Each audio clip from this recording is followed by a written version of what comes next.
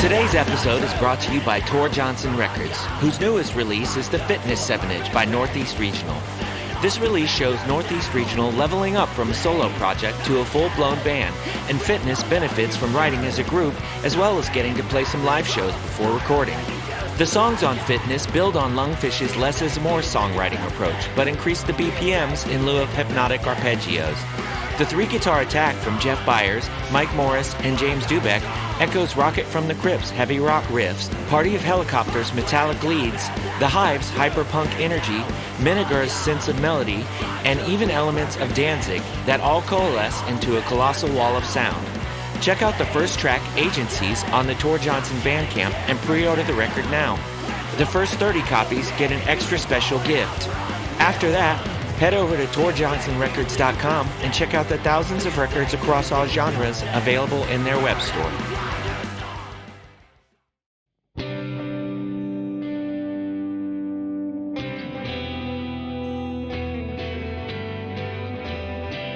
Hello and welcome to Everything Remade, a podcast that I hope is about growth as much as it is about music.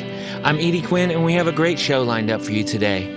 Before we get started though, I'd like to remind you that we have a Patreon page at patreon.com/humanmachine. You can sign up now and get a free download code for the Snag Coma Regalia split.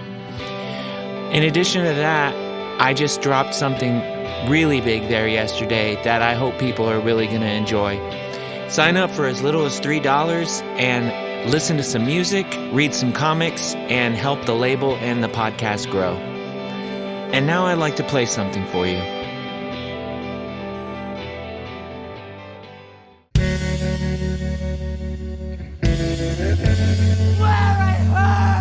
You're hearing Francis by Versus Self featuring my pal Kyle Schlenker on guitar and maybe vocals. There's a lot of changes happening with this band, and the song you're hearing is the start of that. Check out the conversation for more.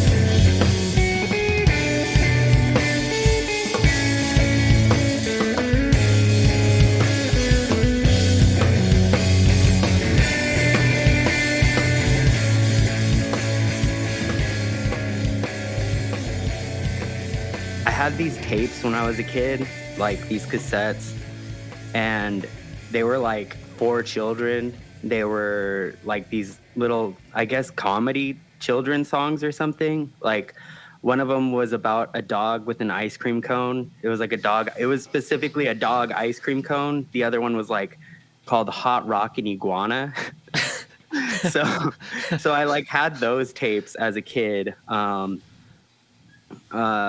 And then, I don't know, there was stuff like in the car with my parents, like they would be listening to The Offspring or Dookie by Green Day or No Doubt, stuff like that.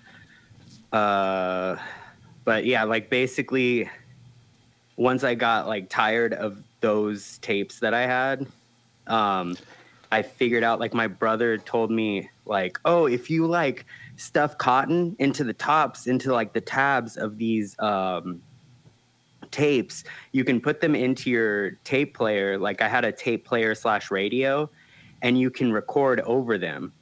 And like, I don't know why specifically he said cotton, because I figured out later, like it's just the player is like looking to see if there's a tab or not. So you could just like put a piece of tape and record over any tape. But yeah, so I used to like just sit by the radio and like record over tapes that I didn't want anymore with like whatever song was on the radio at the time that I wanted to hear more than Hot Rockin' Iguana. Yeah.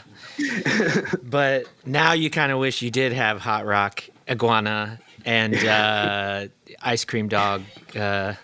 because yeah, that's yeah, I don't know. I mean, like, I'll have to, do some digging into this and see if I can find those songs. Sometimes, we can use the power of technology to see if we can get these things to resurface. Usually, a YouTube video or something where, I mean, it's like you can find practically anything except if it's really important. You know what I mean? Like, Yeah.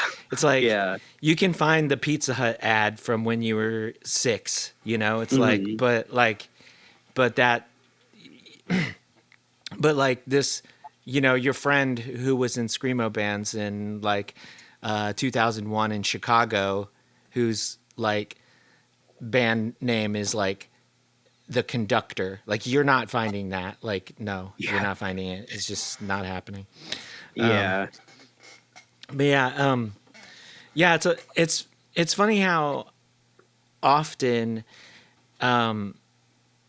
people talk about like a song they remember from the radio or whatever, and it's usually like, yeah, that's the thing. But I think all of us have had some version of dog ice cream cone or whatever, because Yeah. like that's really the way that a lot of it's just like you don't necessarily remember that first when you're asked like song. And it's like my kids, like their first music that they got into like was like Weird Al. Like they'd be like, play that Yeah. Weird Al song, or whatever. Like, Yeah. I and think anything like comedic kids yeah, are gonna be yeah. drawn to, because I definitely like was interested in Weird Al and stuff, and eventually it wasn't until like middle school that I got like my brother gave me one of his old Weird Al CDs or something. But Hmm. yeah, like if I ever heard it on the radio or like on TV or something, there was like a video, I would be like super into it. Yeah. And that's the way. That's how we have to start making a screamo that is like accessible to early. Like, so make a screamo that's like about a dog and an ice cream cone, or or a screamo that's some kind of borderline meme. Which Yeah. I feel like there's some bands that are so good at the like social media aspects of that that like we're not far off from that. But I was gonna say, I feel like versus self is pretty close to that. Like we don't, so like I feel like we're not very good at social media, like, but social media has helped us a lot. Like none of us are on TikTok, but like through TikTok a lot of younger people have found our music, and we also have dogs on the cover. So we're very close. very close. Yeah, almost there. Almost there. Yeah. Plus, you have very not necessarily minimalist songs or like minimalist like instrumentation necessarily, but the presentation is sort of minimalist in that there's not like an extra guitar or a bass, or Hmm. anything. So I feel like that's kind of like would be easier for kids to wrap their heads around as well. And it's Yeah. like, especially like there's a lot of clean tones and stuff, and Hmm. like the parents wouldn't immediately just slam it off. Yeah, I think honestly, in our whole everything we've released so far, there's like one cuss. We did a one cuss. That's it. Like, Yeah, there's um I mean, we have like hundreds of songs at this point. Like, I mean, I say hundreds, it's like 200 and something. So it mhm. is hundreds technically, but hundreds really sounds like you're talking about like 5 or something. But I think even just getting to the 100 point, you're already like, you can say hundreds if you want. Like okay. that's Well, way more than most people are getting to. yeah, but I think there's like, I don't know. There's less than 3, I think. I I Yeah. I know there I know specifically that for a long time I was like, I'm not gonna do it, and when I do it, feel like a bigger deal. Mm-hmm. And then I did it. I'm pretty sure I've done it since then, but like other projects, like I'll cuss like a motherfucker. I don't, like Yeah. it'll just be like, especially felony for existing, like they'll just be F bombs everywhere. Like I'm Yeah. ready to cuss when it comes on that. 'Cause it's like, first of all, I didn't plan on doing all these vocal tracks. Like, deadlines came up and people couldn't make things happen. And so I'm doing 8 songs. So I'm Yeah. cussing. I'm ready to cuss. And Yeah. yeah, I mean, and then there's the whole, like, 125 anti-trans bills in 5 days of the new year thing that makes you want to cuss too. But anyway, moving along. We talked about just briefly the instrumentation, and it's a question that I was wondering, and like it's like Coma Regalia was just like a 2-piece when we started as well, and it was like, well, like I write guitars and I can play drums, and I know someone who wants to play guitar, and so we're like, okay, we're gonna do this until we get other people to play. But like, I take it like, I know that's not everybody's deal. Like, some people are just like, we just want to do this. We just want there to be one guitar, one drum, and then vocal or whatever, or however the thing goes. Like, what was the line of thinking with y'all? Like, was it a similar situation at first where it was like, look, it's just me and this drummer and we're having a great time. Maybe the rest will figure it out. But then, like, once you started doing it, you're like, nah, this kind of works like really well this way. Yeah, it definitely, we like always were trying to find a bassist and just nothing would stick. And then like even on the first album, Everything Seems Better Now, like I recorded bass, and the whole plan was always to get a bassist eventually. But I also was playing in like a low enough tuning that if I write music specifically with the intent of like filling out the bass with what I'm doing, it works. So basically about halfway through writing that album, I started kind of writing more in that way. And from like after releasing that album, we kind of were like, all right, actually, like, let's just do the 2-piece thing because it's working. Like, and it's a lot easier to get 2 people to practice than 3 or 4, you know? Yeah. So, See, yeah. I thought that was just, I thought the bass tones on some of those recordings was just like, okay, there's like an octave pedal or something going on here. No, I wasn't. I've been like in older bands, it was like we had a bassist and then lost one, and it was much more like straightforward, like crust punk. So I was playing like a lot of, power chord type stuff. And with that type of stuff, I was doing the split and use an octave pedal, and it sounded good. But with versus self stuff where it's a lot of like single note and melody lines and stuff, it sounds less like just filling out the sound and more like an octave pedal. Like Yeah. it sounds very much like an effect rather than a bassist. Yeah. So I definitely tried that, but now I just like split, and I completely like shape my guitar amp tone and my bass amp tone so differently. Like either one of them on their own sounds pretty bad. Like the guitar amp is way too trebly. The bass amp sounds just like it's just pure low end. It sounds, if you plugged a bass into it and played through it, you'd be like, fuck this. This does not sound good. Like it sounds so bad. But when you put them together, they kind of complement each other. So Yeah. I feel like it works. Yeah. We played with this one band one time where like, I can't remember the name of the band, and it's a shame because they were really cool.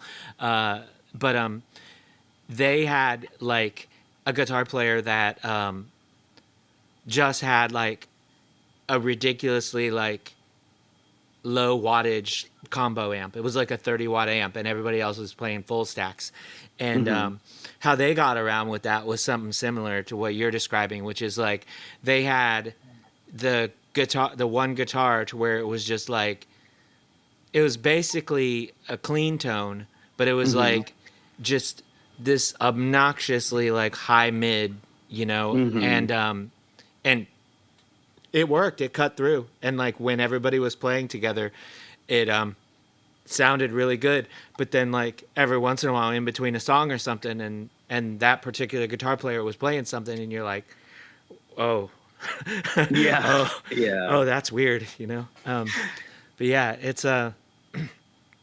I mean, I think it's interesting, especially like, you know, where it's like that necessity as the mother of invention or whatever part, where it's like what you can come up with or how your brain has to like do this problem solving, and and the things that come as a result of that are it to me it's infinitely more interesting than just like oh yeah, like we got two guitar players with Marshalls and a bass player with the Ampeg V4 and we sound sick as fuck, which is also like great, but you know what I Yeah. mean? It's just like it's just yeah, what do you like if you can't do that, if you're not in that situation, like what could you come up with to make what you want to do happen, That's I don't know, I love that shit. Yeah. Yeah. My guitar playing, like I used to play a lot of just acoustic by myself type stuff. So I've always kind of like been more like covering the chords while trying to fit a melody in there somewhere.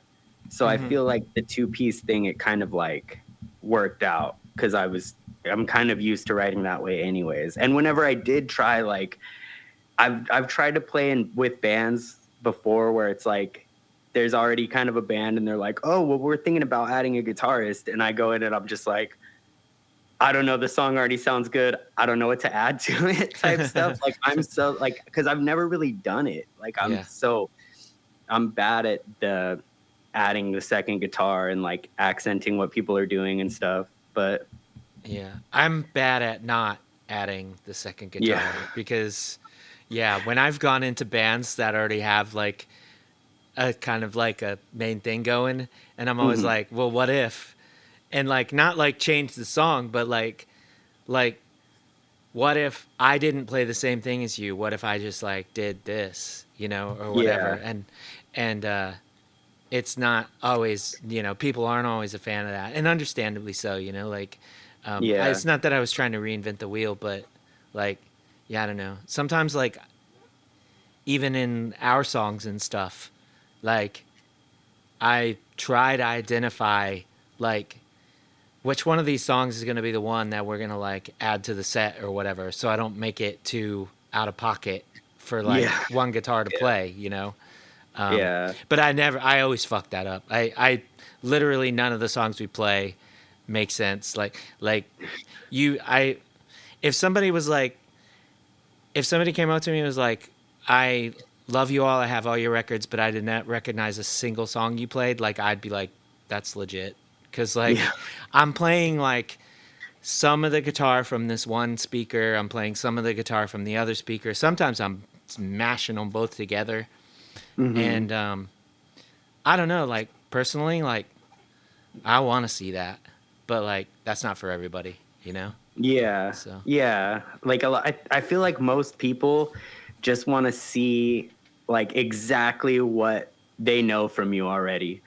And like that's, they just want the hits. They just, but yeah, like it's always super cool when you go and see a band and it's like, oh, I knew one song that they were playing, but like everything else was new or just like maybe something I haven't heard.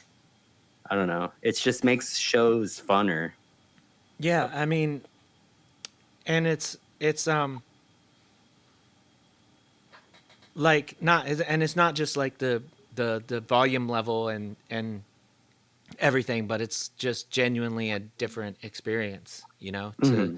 for it to be like, I don't know. I don't want to sound like everything is just all improv or whatever. Like we play the songs the same way every time, but like, yeah, if we ever had a like, I've tried to do it so many times. I've been like at ZBR Fest, like we were supposed to have a bass player that was not the bass player that played with us. We were supposed to have a different bass player, which Mm-hmm. that worked out because now the bass player that played with us at ZBR Fest is like kind of pretty much our bass player. So like Yeah. that worked out, you know. But we were also supposed to have another guitar player, and that didn't end up working out. And now I've been playing the songs like this same way, like with some of the more noodly leady parts and some of the more like that.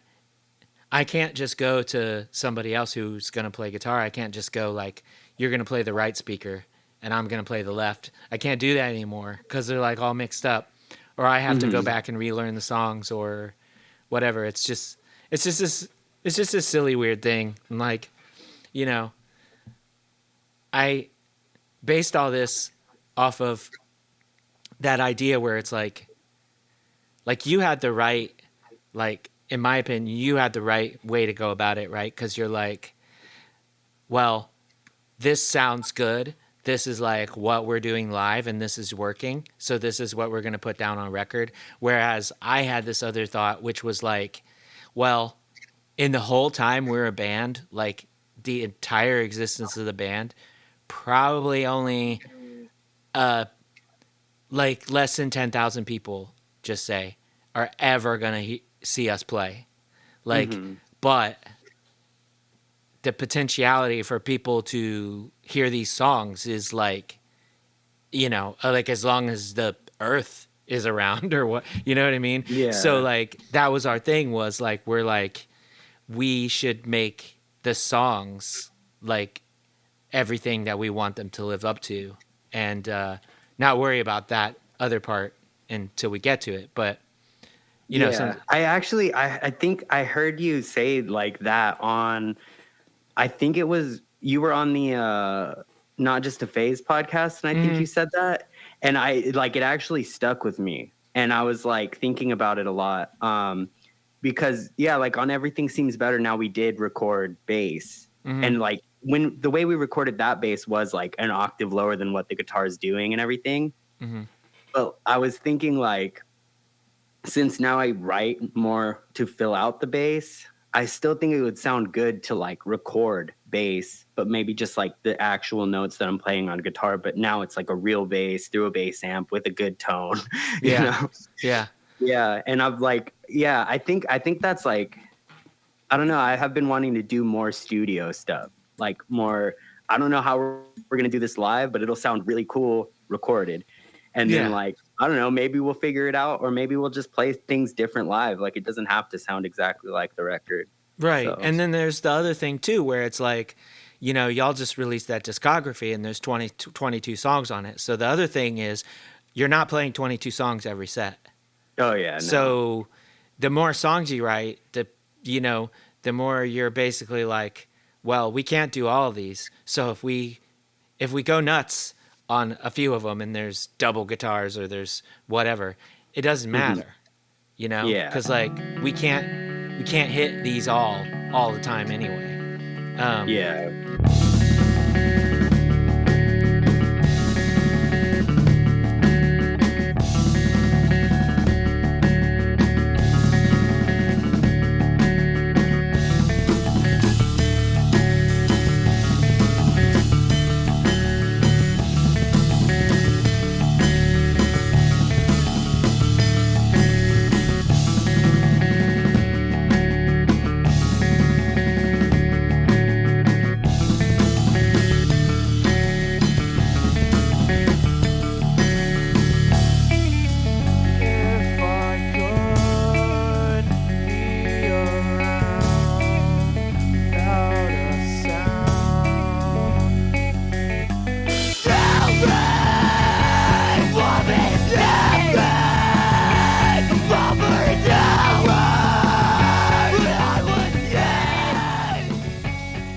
I think like probably every, band has like, I mean, probably not like any of like Tom Schlatter's like 90s bands or whatever, because Tom was like notorious for like not dubbing in guitars and stuff like that. Everything has to be able to, but like, it's just like there's parts of probably like most albums where it's just like you're like this would be different live, you know? It's Hmm. just this there's Yeah. just like I don't know, like a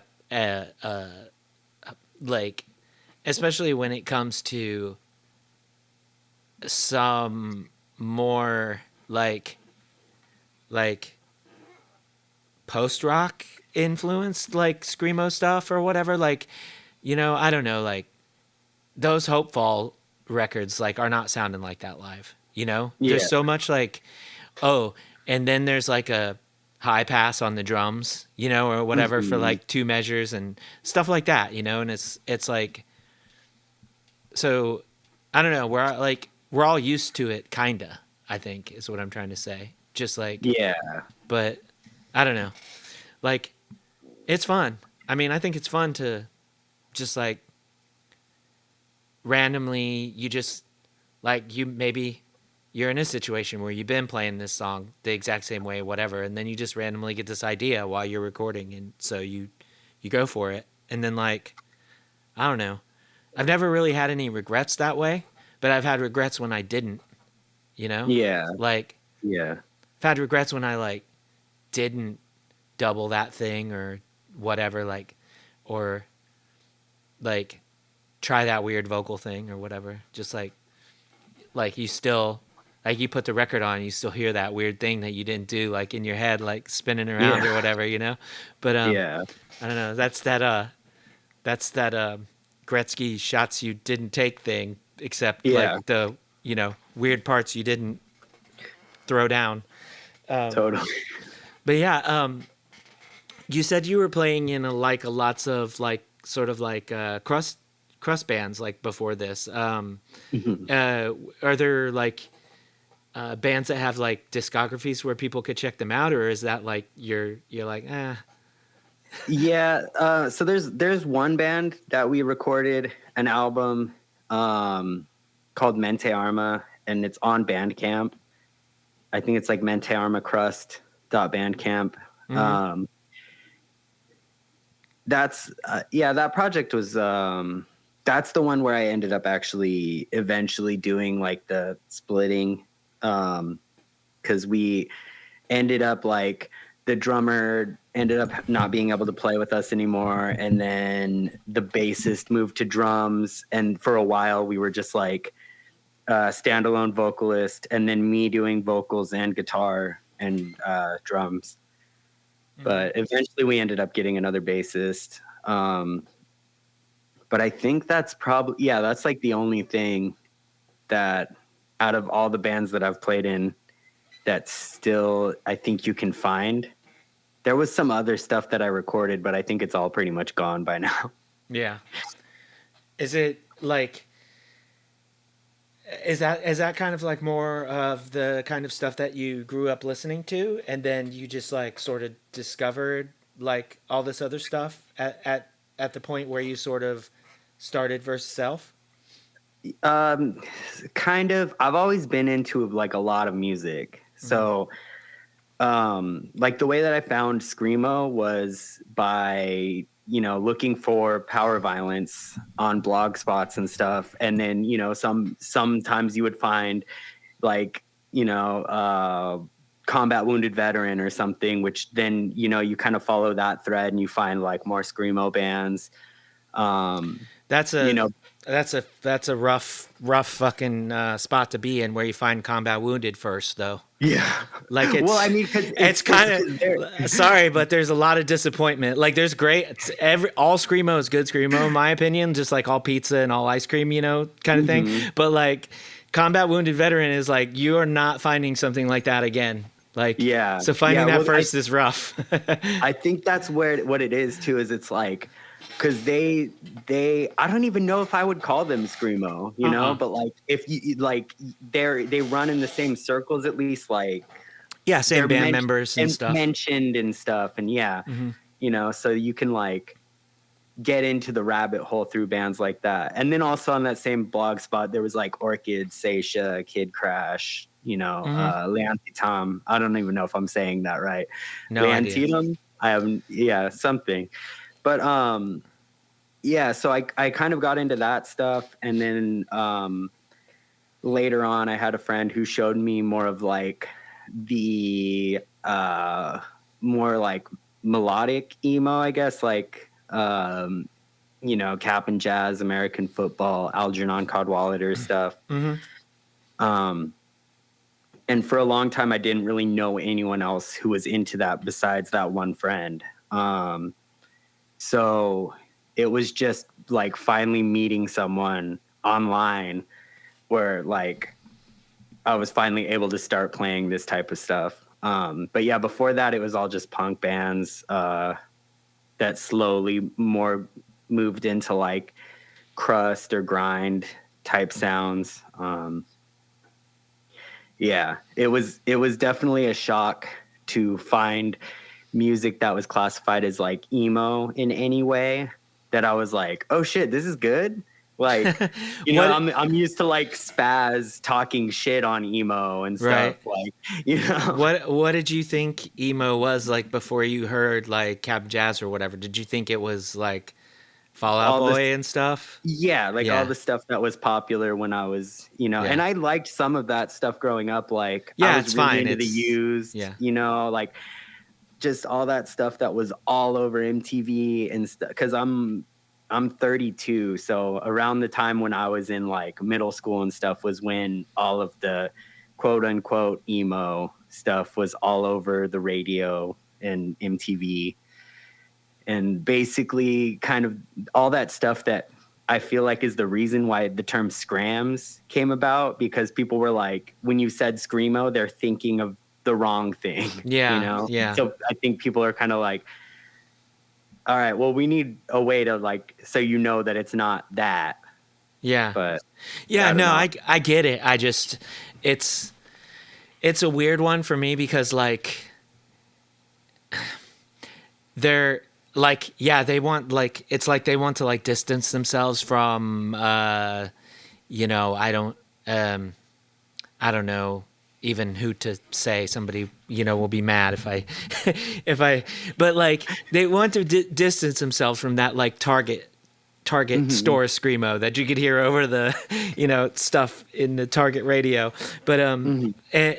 and I get it, but then it's like and this was bound to happen, I suppose, just like any genre is gonna segment itself into so people just want to keep narrowing things down. But then it's just like as soon as you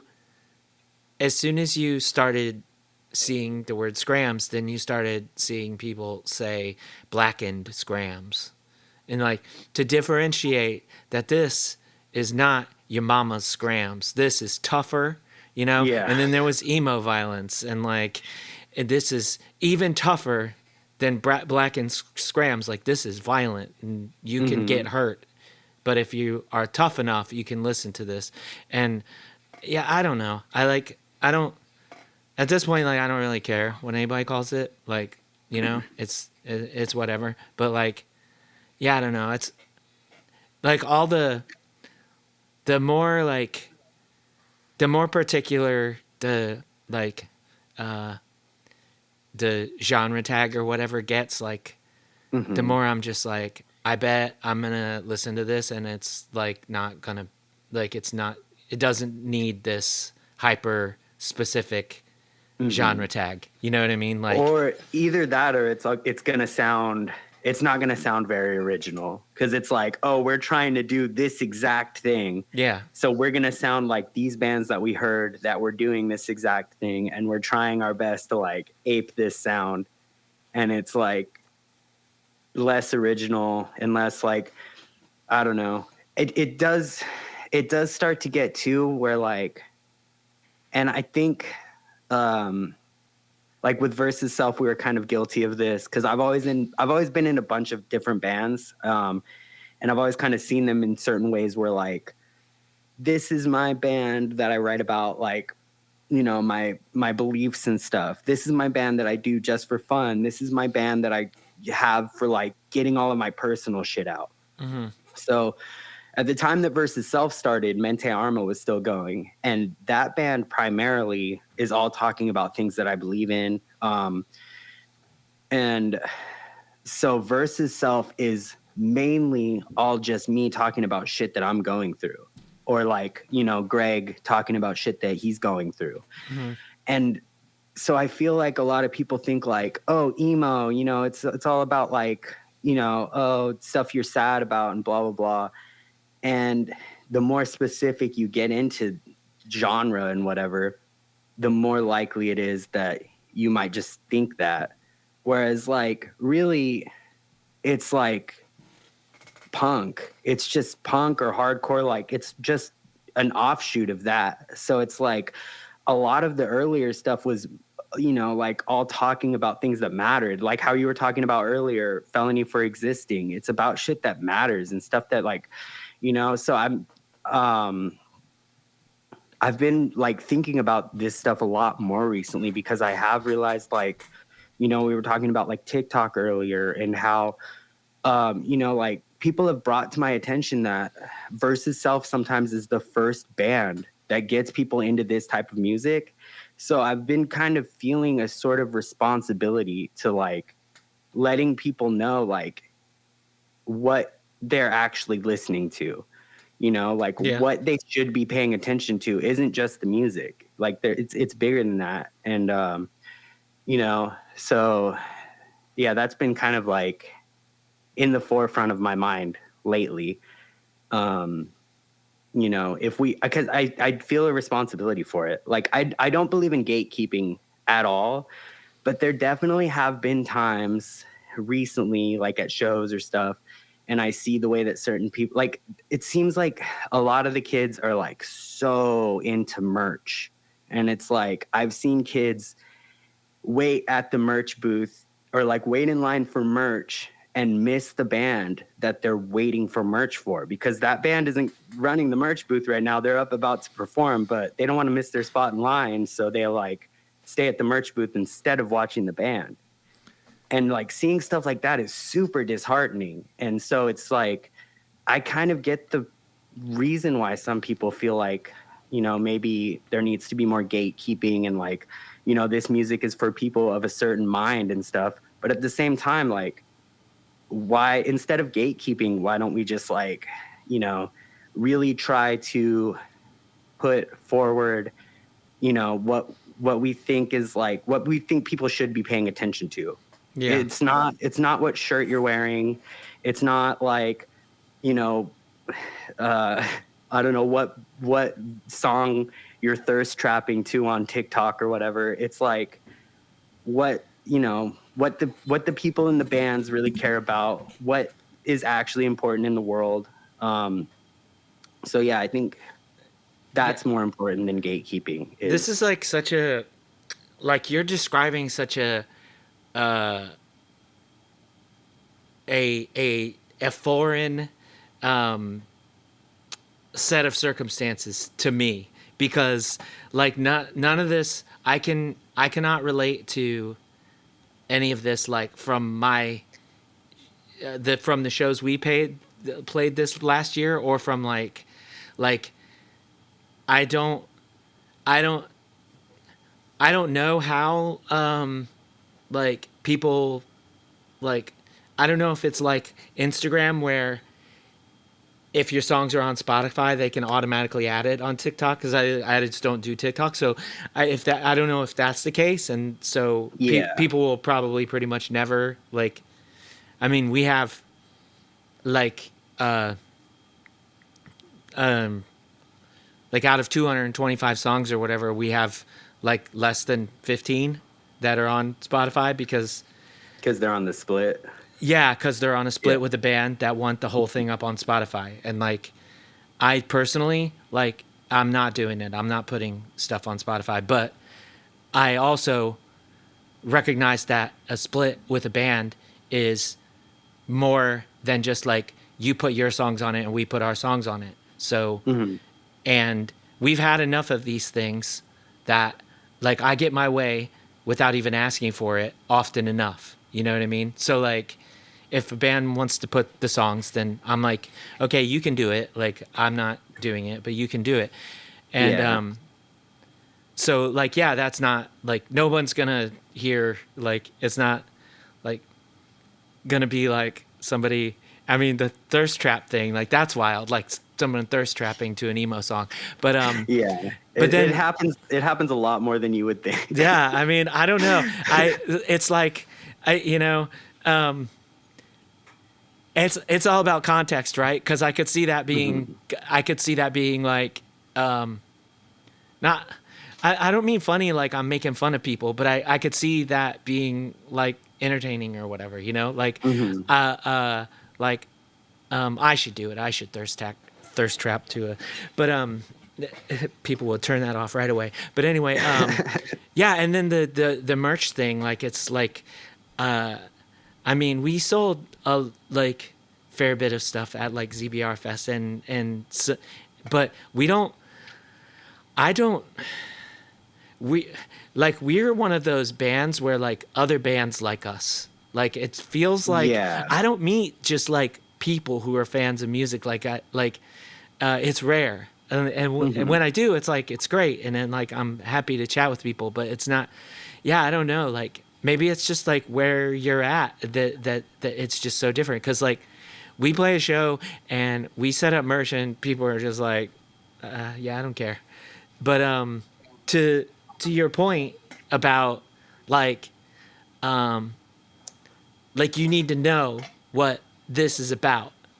And I Mhm. think like I this is just like I'm talking about felony for existing again, but like this is just a a preview to that is like I think we've got cuz we do a thing every year, and this year I was like I want to do a t-shirt this year. So I talked to Michaela about it and they were down with my idea because you said you have to know what this band's about. You have to know like and this shirt that's coming from Felony for Existing, it's the front of the shirt, you're going to know exactly what this band is about. And so this Felony for Existing shirt is going to be like that's the that's the thing. That's the mission statement. Like Mhm. there you go. And yeah, but I do know what you're saying because there's I mean some of this is on me too because I don't think like I don't think that I don't owe anyone a clear explanation of like Mhm. what the songs are about. I think it's usually obvious, but Yeah. but there's this whole weird thing like where people will be like, "Are there any anti-capitalist screamo bands or whatever?" And I'm like, "What the fuck have you been listening to?" Like, Yeah. like 10 years of I'm like basically like the concept of money has ruined my entire life. Yeah. like, and and I mean, yeah, like a lot. Like there's whole albums that are about a specific thing, or whatever. But like, Mhm.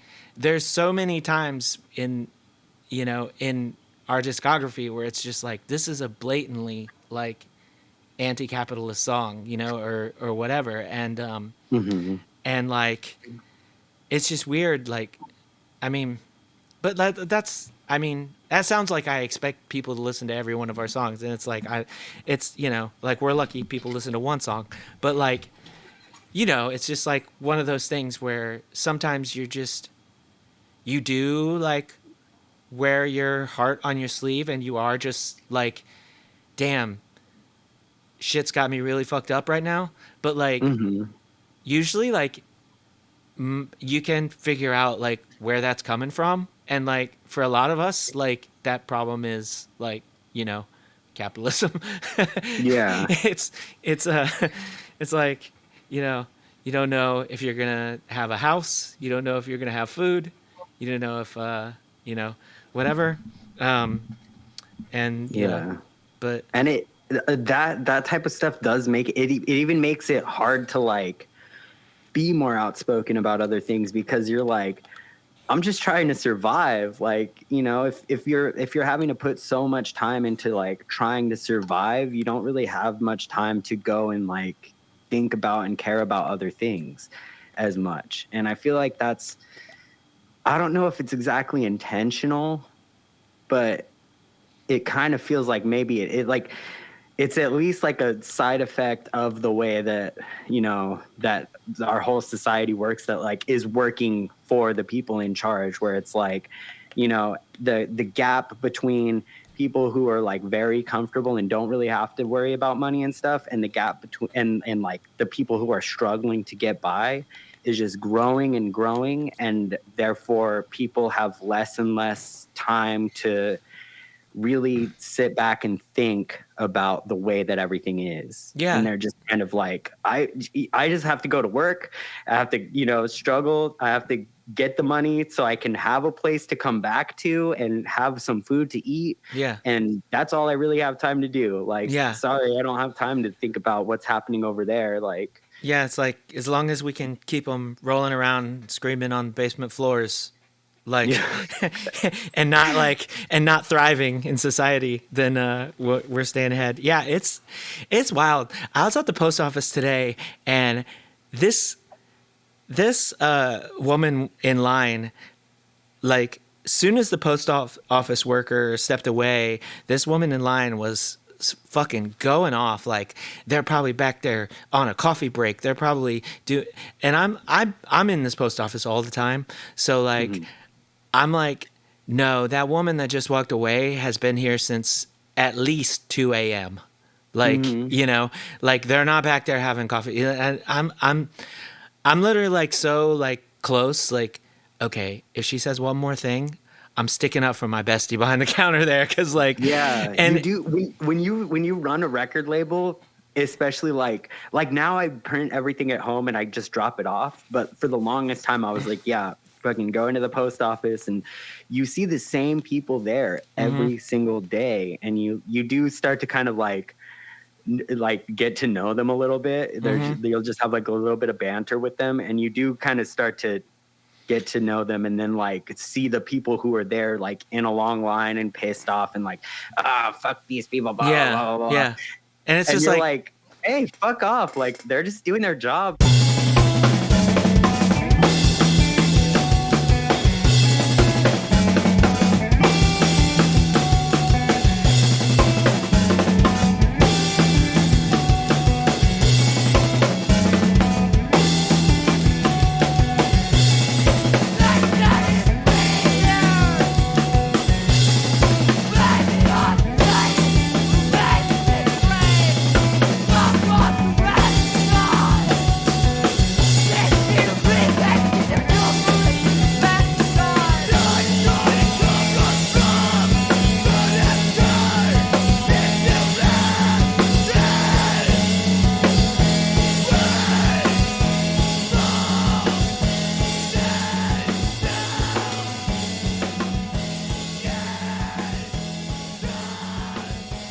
that just like goes back to what we were both saying, which is like, you know, they're like, as long as people like that aren't like the 2%, you know, the rich and powerful 1%, you know, like as long as us regular people are like fighting with each other over like, oh, I bet they're on break back there. Like nobody's on break.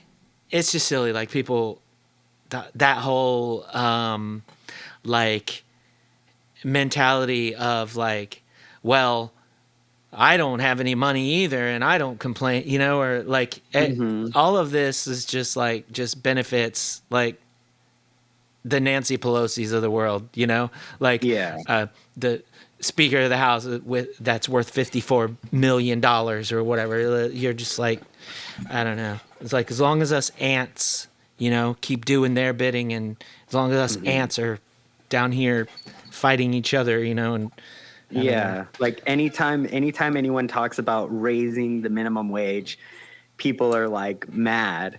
People are like, what? You mean you're going to pay someone more than I'm getting, or the same that I'm getting right now, and all they're doing is flipping burgers? Right. It's like, don't you think they deserve a livable wage? And if you're not happy with what you're getting paid, then that's, you know, that's your gripe with your boss. Like, don't try to tear other people down. Like, why don't we, like, we should all be trying to like raise each other up and make sure everyone can live.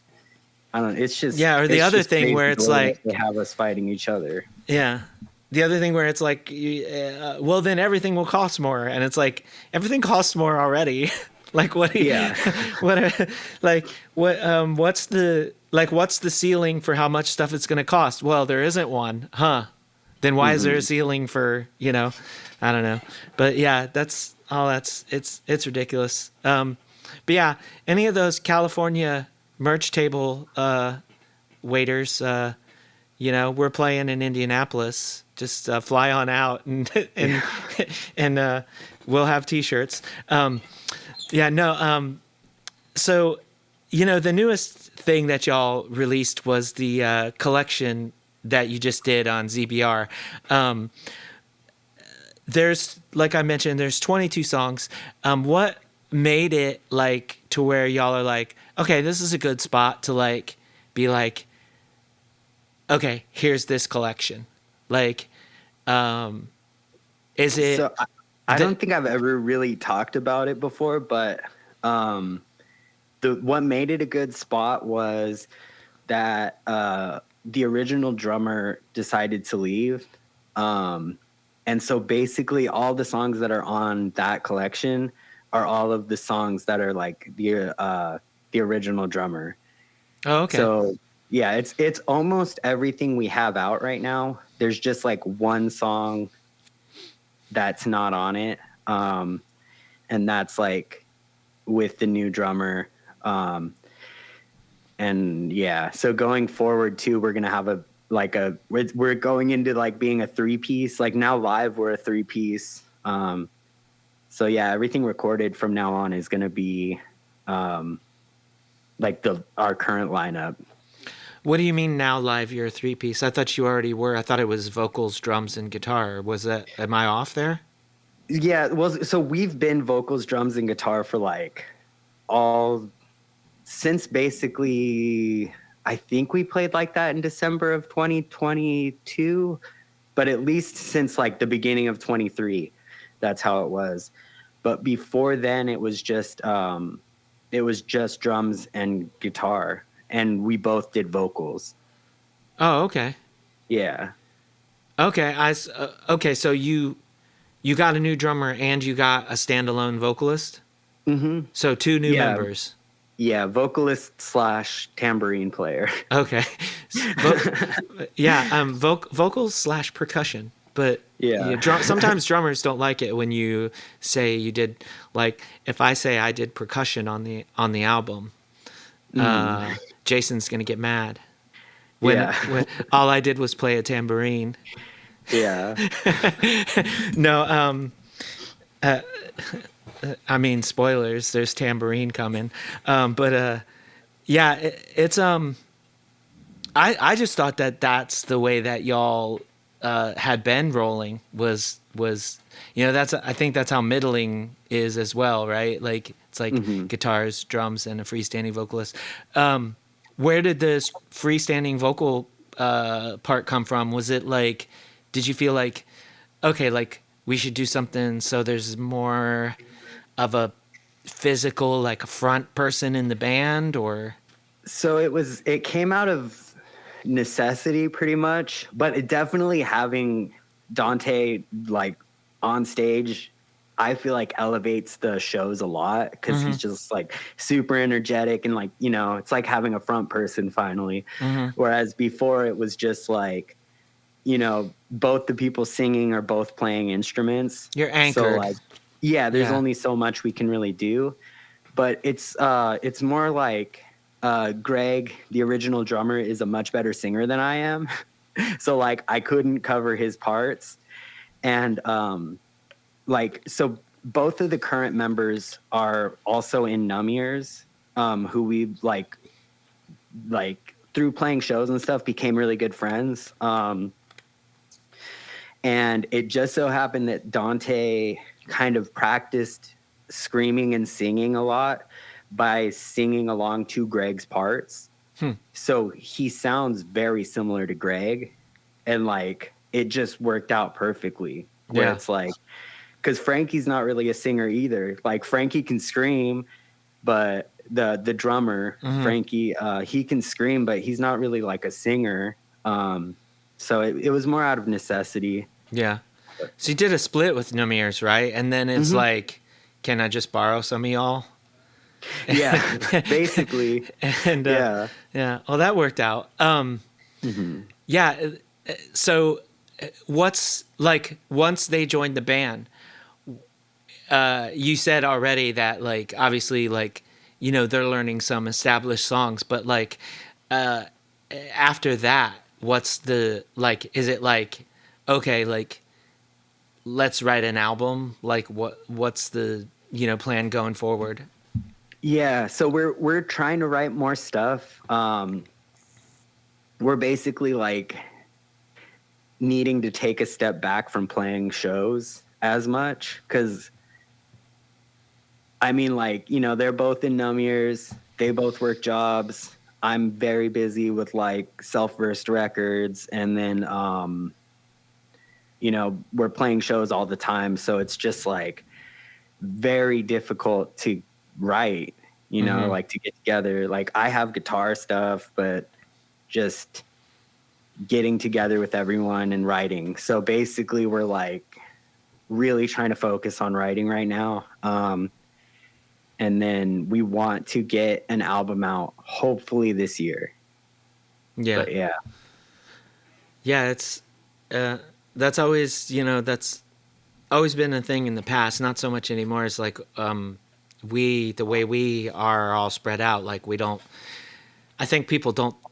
I think people think we don't play shows, but realistically, it's we just have to be like we don't get asked a lot, so it's easy. But we just have to like be more picky, I guess, because it involves a lot of travel for people and stuff.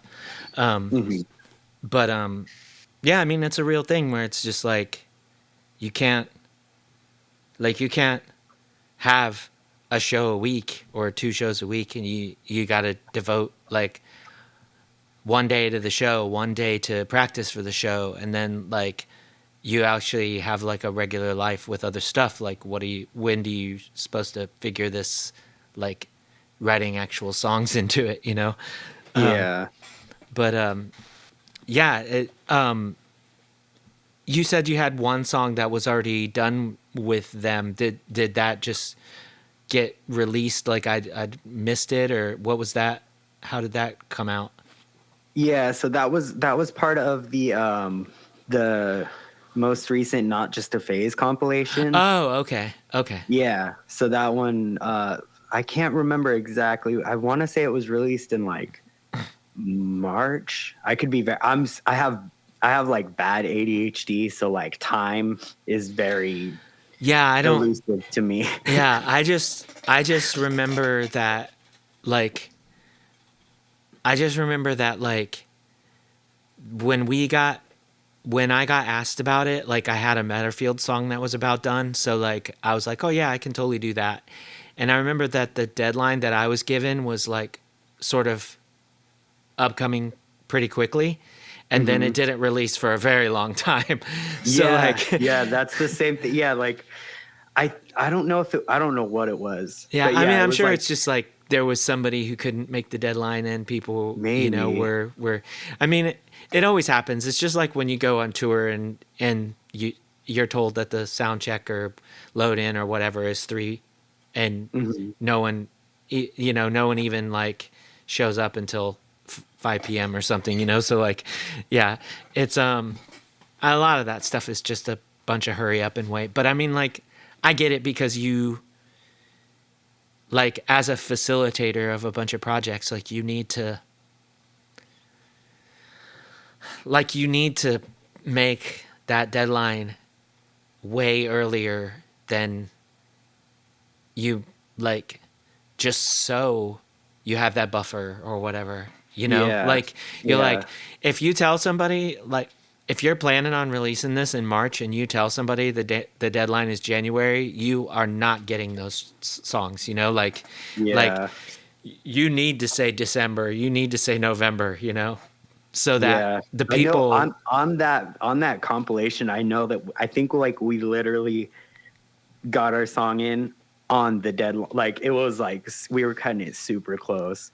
But right now, actually, we're we're getting ready to release a split, and that split is very much being held up by us. Like, yeah, I feel bad. Like, the other bands already have their songs in, and like they're just sitting there waiting. Like, and I know how it is, because like with that compilation, and with we were on a compilation before that. It is like, okay, we put in our songs, now we're just waiting. Like, we're super proud of this song we did, and we really want people to hear it. And like, when's it gonna come out? Yeah. So now it's like, now it's our fault. Yeah. That this is happening with this split, and I'm just like, damn it. Yeah. There was only one instance that I can remember where it was something like that with us, where like the other band was like ready to go and stuff, and we were like just about ready to go, and like the first thing that happened was like that the person who was playing guitar in the band at the time was like not like, because like what we would do was like I'd write the songs or whatever, but the other guitar player would like learn them. Maybe we would sort of improvise on them or whatever, you know. But and then that guitar player would record like a guitar track, and then I'd record like another one, you know, like we'd sort of split the speakers or, you know, whatever. But so I'm like, this is ready to go except for this other guitar and the vocals, because I don't want to do the vocals until, like, I want to be really into it, right? And I need like the whole picture to where I'm like, so I'm waiting on this other guitar, and it was, you know, there was problems, you know. I don't know, badmouth this person in particular, but like there was problems, and you know they just couldn't get the thing done, you know, they couldn't. So I'm like, I'm sorry, like they've waited long enough, I'm gonna wrap this up. And so the guitar player's like, okay, cool, I get it. So I did that, and then I got like strep throat. And I was like, look, if you all will just give me like one more week, like, and so this week gone by, and I still, like, at the end, I still, my throat was fucked. And I was like, you know what? I'm going to do it anyway. So if there's one record, not an LP, you know, but if there's a split where somebody is like, damn, like, the vocals on this are pretty weird.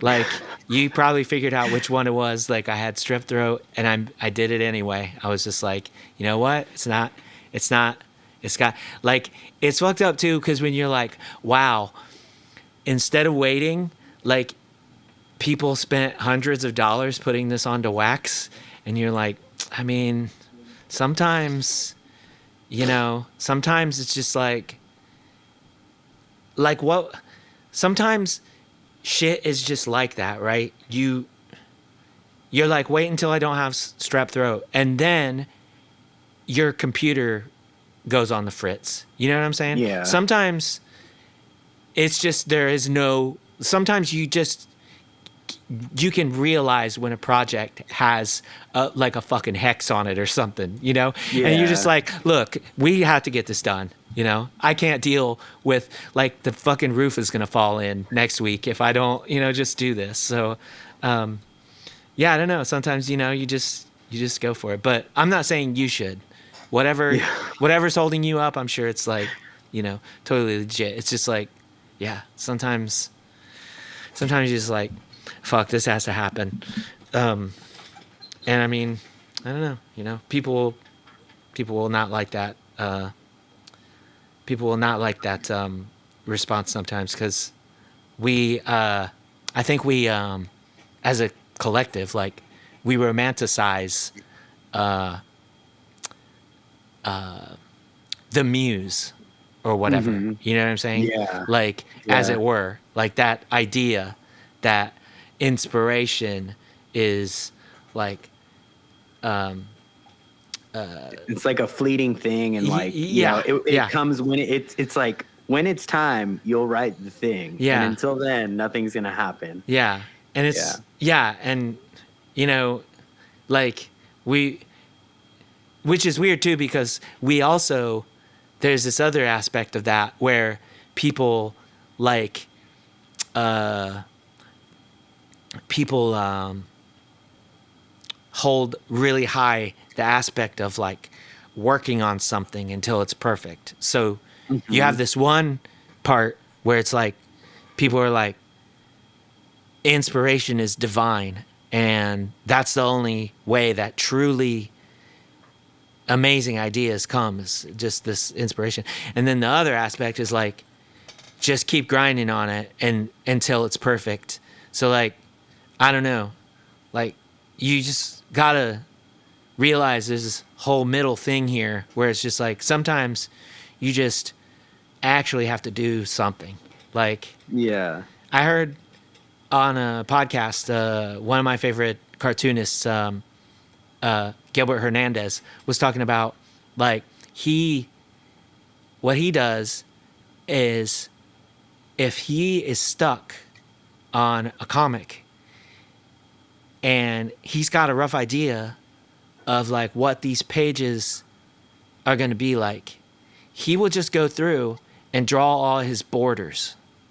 Because it's like, that's not a task that requires like his art brain, you know. It's a logical step forward that he could be making for the whole project by doing something. And like, it's fucking wild, because I was just saying that to my wife the other day. I was like, I think I'm gonna just start doing these panel outlines, like. And then I heard it on this podcast, and I was like, that was what I was saying, because you know, like, there's inspiration that comes to you, that's legit. There is working on something until it gets real good, that's legit. But there's this whole other thing that I feel like people don't do as much, which is like, just do something. Yeah. And things will start moving, you know?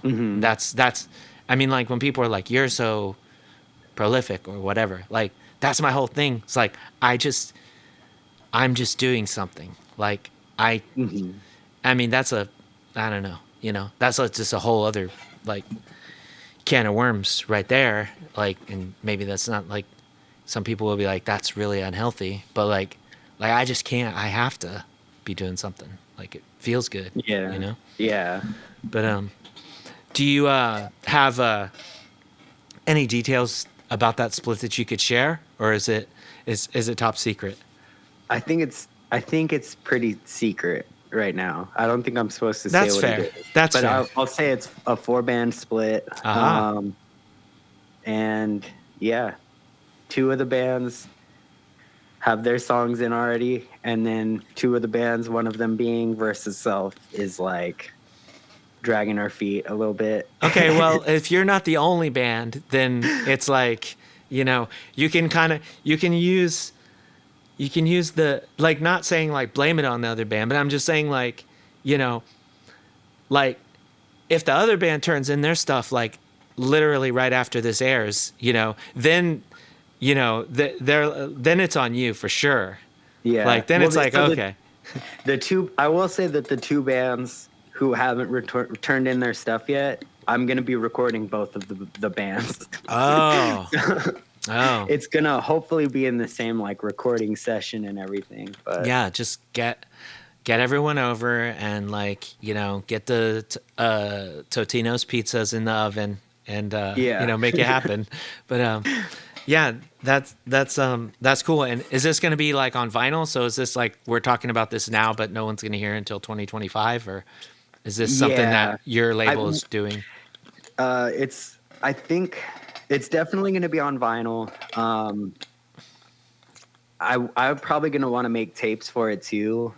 So we'll just see what happens. Yeah. But I think we're going to probably end up waiting for the vinyl to be ready to release it. So yeah, it's going to be a good minute. Yeah. Well, look for that in 2026. Yeah. After the next Taylor Swift album is done at all the record plants. Yeah. But Yeah, no, we been chatting for a while, but we haven't really touched on like, your label. What kind of stuff do you have coming up for your label that you want to, give a shout out to or whatever? I usually only do stuff if like bands ask me, like, "Hey, do you think you want to do a tape?" And then I'll listen to it and I'll be like, "Yeah, hell yeah, this is cool." Hmm. I only really like release stuff that I really like. Yeah. That's like the one rule I have. Um, but I went through like almost like, I don't know if it was like a manic episode or something a while ago, where I just started hitting up people who I've done stuff for before, and was like, "Hey, should we do like another run of that?" Or like just reached out to new people I've never worked with before and was like, "Do you want to work together on something?" And ended up having a bunch of stuff all ready around the same time. So right now I'm on like a weekly, like every week, Saturday at noon PST, I'm releasing something new.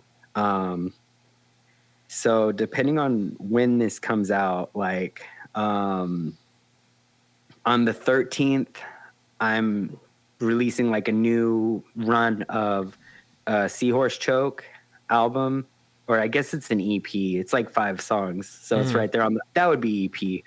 Um, and Cinema, which is a newer band from Texas who Chris from Party Hats put me onto, which is another like 3-piece guitar, standalone vocalist, drummer band. Hmm. Um, that one might actually get pushed back because I haven't even got it back yet from the plant. And Yeah. basically I have to stamp it. So we'll see. Um, I don't know. I used to do everything myself. Like I used to dub everything, print out all the J cards, cut, crease, everything. Hmm. And now it's basically like I've realized that on smaller runs, that's still the way to go. Like if I'm doing 25 or 50, I still do that. But if I'm doing anything like 75 tapes or more, I've realized it's a lot. It's like around the same cost money wise to just like send it off to get everything done besides stamping the cassettes. And then it frees up time to be working on other things. So I've Yeah. just realized like at that point, like time is more valuable than, having to do 100 tapes. Yeah. Uh, Yeah. No, especially if it's a real time dub, it's like yeah. you just like got an alarm on your phone for every 15 minutes. Go start the Yeah. next one, or whatever. It's like, you know, Yeah. unless you just actually, Especially having ADHD, like it's hard to like start a task or like, so like, because dubbing is something that kind of goes on in the background. hmm. It's like, I could be doing other things while I'm dubbing, but if every 15 minutes I'm having to get up and like flip a tape, then that's just harder for me to get back into what I was doing. It's like Yeah. every time. So, Yeah. um, Yeah. You do have to like prioritize your time or like value your time, because like, mhm. yeah, I mean, it's, it's like, would you like, I don't know, not to put everything to like, not to a category of work or whatever, but like it's like you go to work and then you're home and you're gonna spend like 3 hours like doing. I mean, I'm not talking about the fun part, which is like writing the little notes and packing the records up or whatever. I'm talking about like Mhm. this other stuff, and it's like, are you gonna do that to save like $6? Like you're gonna spend 3 hours? Like that doesn't make sense. Just Yeah. just go just go to work for 1 extra hour and like save yourself 3 hours. Like I Yeah. don't know, It's like I guess it's just because I'm getting old. Like everything feels like damn, like I if I spend all this money do if I spend like all this time doing this because of money or whatever, then I don't have time to do this with like what's actually left of the rest of my life. And like, I don't know. I've been like, I'm one of those people anyway. Like as soon as I like realized that people could die, like it's felt imminent to me. I don't know if that's like tracks for other people, but like, you know, I was like one of those people, like when I was a kid, I was for sure I was going to be dead before I was 20. And then I was for sure I was going to be dead before I was 30. Now I'm, you know, I'm older than that. And I'm like, then what happens eventually is like you literally like start like feeling your body responding differently to things than it did when you were younger, and you're like, this is it you know, any day now, like I'm just be screaming one of these songs and my heart's just gonna and I'm gonna be like that old Red Fox show where you know, where Sanford and Sons, where it's I'm coming to meet you, you know. I'm coming to meet you. But yeah, it's yeah, that's a really like interesting, like, you know, way to take the conversation, because like, yeah, I think that a lot of people like don't, it's like there's the stuff where it's like, to me it's really important to do it yourself. Like I love doing all the little hand packaging and stuff, but it's like when it's just a J card, and there's nothing wrong with that. Like tons of my tapes are just a J card, you know? Like when it's just a J card, it's like, was it important that you did that yourself or not? You know? Yeah. Like it was. Yeah. Yeah. Cause I definitely feel it with like the packaging, because I do write a note. Yeah. Or even I've gotten to the point where it's like, there's just a typed out note, but I like write thank you to the person and sign it, you know? And, yeah. I mean, sometimes you're busy, you know, it's just like, what are you going to do? Like, yeah. But like someone told me like, oh, did you know that the way that you all of the orders that are the same, like if you have all orders that are like just this one tape, you could just like look at the number, package that many, print all the labels, put it all on there, and you'll be done. And it'll be super quick. And I'm like, no, because then I wouldn't know whose name I'm putting on the note, you know? Yeah. Like, Yeah. so yeah, it would save me time, but that's something that I don't personally, that's not something that I want to do, because I do like writing that note to the person, or at least like signing their name on it. Yeah, and then I don't. Another thing is I do want the tapes to at least feel somewhat personal and somewhat like I worked on them. Like I don't want to just, and this is why, like, because more people are asking for CDs, and I'm like, nothing about the CD process is personal at all to me. Like, if I get CDs made, I'm literally just putting in an order for CDs. I get them back. I don't even touch them. I just send them to people or sell them at shows. Yeah, I don't have a single CD that's like that.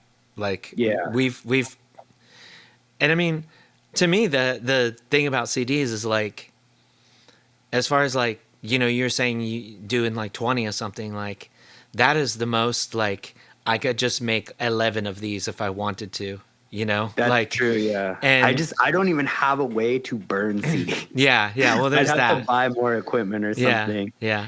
It's just like, yeah. And I mean, I don't know, every time, even CDs that I've done, like like the De Facto and Scripture CDs, that, you know, those were done by Atomic Disc in California. But like when I get the CD that comes in this little plastic thing, and that's the whole deal. Well, that's not the end of it, because I made the booklet and I put it in this other thing, right? And I did like, yeah, I get what you're saying, because it's like, but I mean, you know, sometimes sometimes that's all people want, though, is just like the CD. And Yeah. and that's, you know, that's totally fine. It's like, but it's also understandable that you're like, what did I do though? Yeah. You know what I mean? Because like you want to have Yeah. that connection. Like Yeah, I so at really, very least I stamp that. yeah. I stamp them, and it's just like I mean I used to make like mix CDs and stuff, burn CDs when I was younger. Mm-hmm. So I guess there's that, but like that never felt like fun to me in any way.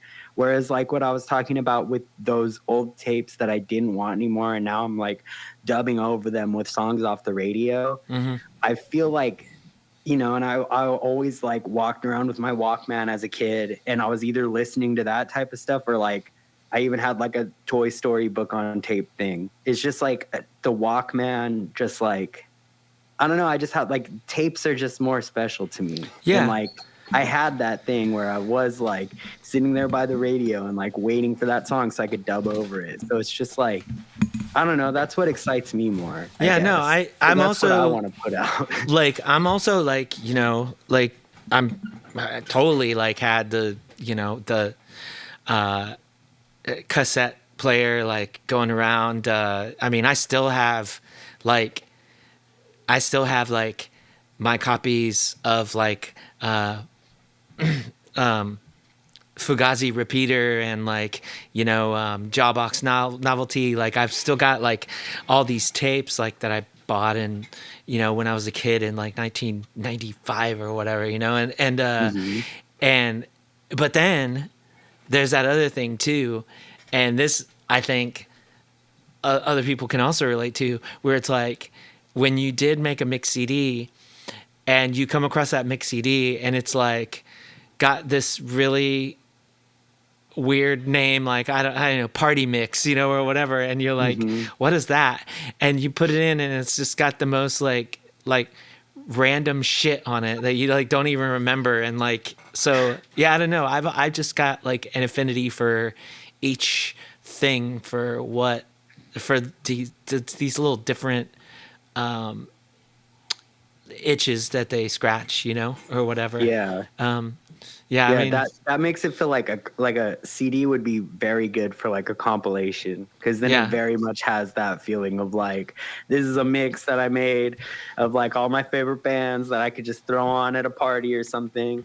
Like, yeah, yeah, or like a super weird release that, you know. I mean, I don't know. I like the first Felony for Existing was on CD, and I feel like the second one could have been on CD too. Like I feel like that one's one of those ones where it's just like, okay, lots of stuff coming at you here. Like, but yeah, I mean, you know, I think like there's something interesting about like all the mediums that are out there. Like the LPs are awesome because you can make a giant booklet, you know, or whatever. You can fold this up like this many ways, and then, you know, tapes are like, I don't know, you can make a little pouch that it goes in, you know, where you can do whatever cool thing. And, you know, CDs, it's like I've got this entire box of scrap paper from like printing my own covers over the years, where it's like, oh, this would this would fit a CD in it, and like if I fold this up like 9 million different ways, like that'll be a really cool looking,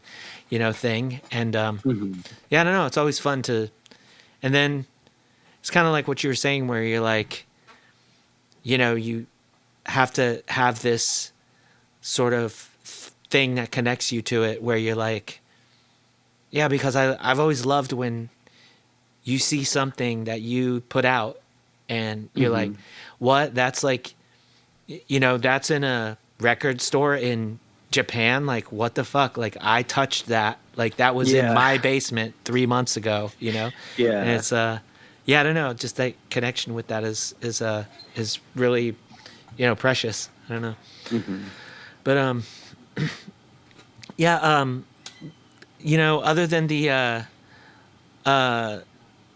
releases coming on the label and the split that you can't really say much about, what else is coming up for you that you want to chat about before we take off? So we are doing, with Versus Self, we're doing like a full US tour in the spring. It's like mostly all of April. That's, I mean, we have a few other things that are like, I think are gonna happen, but not fully confirmed yet. So I think that's basically the only thing I can think of off the top of my head.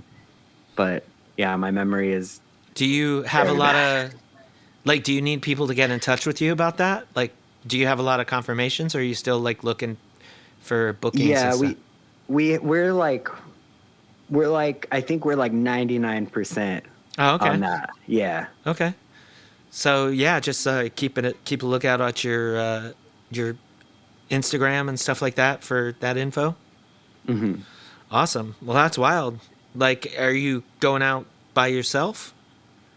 No, so we're gonna be with party hats on some of the days. I think on like most of the East Coast days, and then Namirs is gonna be with us the whole time because it's like literally just one extra person. Yeah. So he's gonna be with us just to be there. And then they're also playing some of the dates with us, like some of the Florida days, and then like everywhere from Pittsburgh up until I think Washington-ish. So yeah, there's possibly going to be one other band with us. I'm still waiting on confirmation for that, but yeah.